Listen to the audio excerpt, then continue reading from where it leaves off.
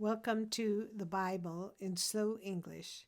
Today's reading is 2 Kings 9:14 through 37. So Jehu, the son of Jehoshaphat, the son of Nimshi, conspired against Joram. Now Joram was defending Ramoth Gilead, he and all Israel, because of Hazael, king of Syria. But King Joram had returned to be healed in Jezreel of the wounds which the Syrians had given him when he fought with Hazael, king of Syria. Jehu said, "If this is your thinking, then let no one escape and go out of the city to go tell it in Jezreel." So Jehu rode in a chariot and went to Jezreel, for Joram lay there. Ahaziah, king of Judah, had come down to see Joram.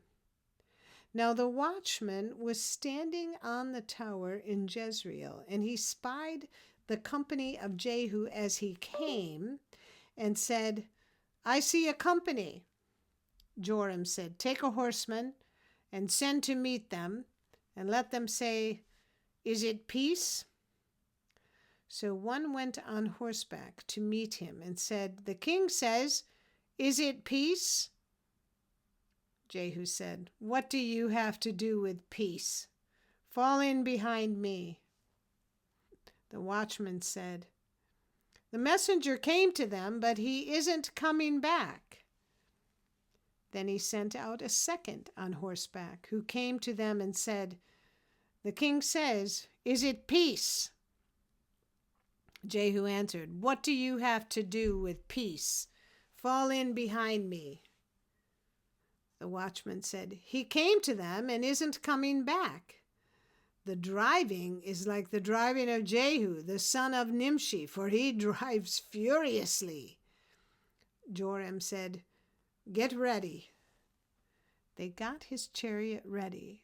Then Joram, king of Israel, and Ahaziah, king of Judah, went out, each in his chariot, and they went out to meet Jehu, and found him on Naboth the Jezreelite's land.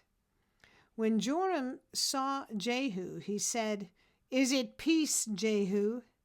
He answered, "What peace?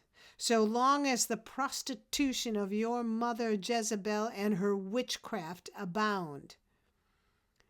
Joram turned his hands and fled, and said to Ahaziah, "This is treason, Ahaziah."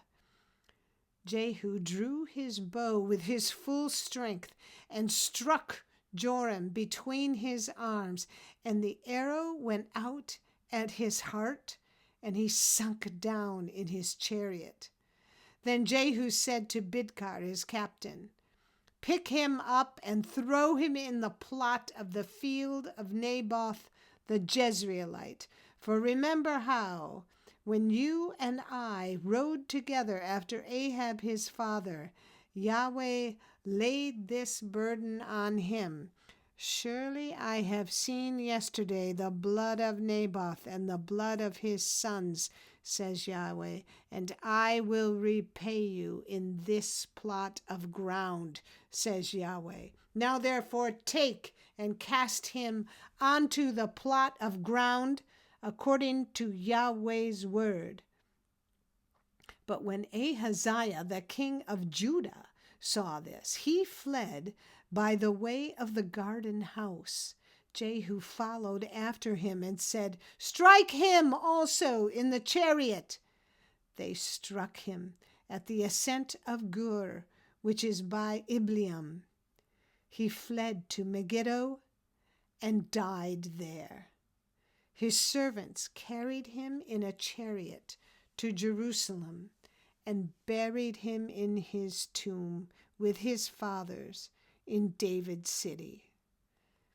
In the 11th year of Joram, the son of Aham, Ahaziah had begun to reign over Judah. When Jehu had come to Jezreel, Jezebel heard of it, and she painted her eyes and adorned her head and looked out at the window. As Jehu entered in at the gate, she said, "Do you come in peace, Zimri, you murderer of your master?" He lifted up his face to the window and said, "Who is on my side? Who?" 2 or 3 eunuchs looked out at him. He said, "Throw her down." So they threw her down, and some of her blood was sprinkled on the wall and on the horses.